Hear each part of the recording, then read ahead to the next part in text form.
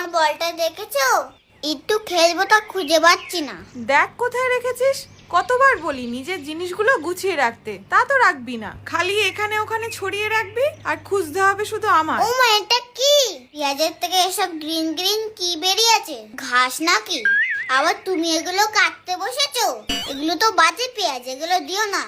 আরে না না, এগুলো ঘাস নয় রে, এগুলো পেঁয়াজের থেকে গাছ বেরোচ্ছে। বাবা, পেঁয়াজেরও গাছ হয়? হ্যাঁ হয়তো, এই পেঁয়াজটা মাটিতে পুঁতে দিলে এর থেকে আরো অনেক পেঁয়াজ হবে। ও মা, আমি তাহলে এই পেঁয়াজটা নিয়ে গেলাম।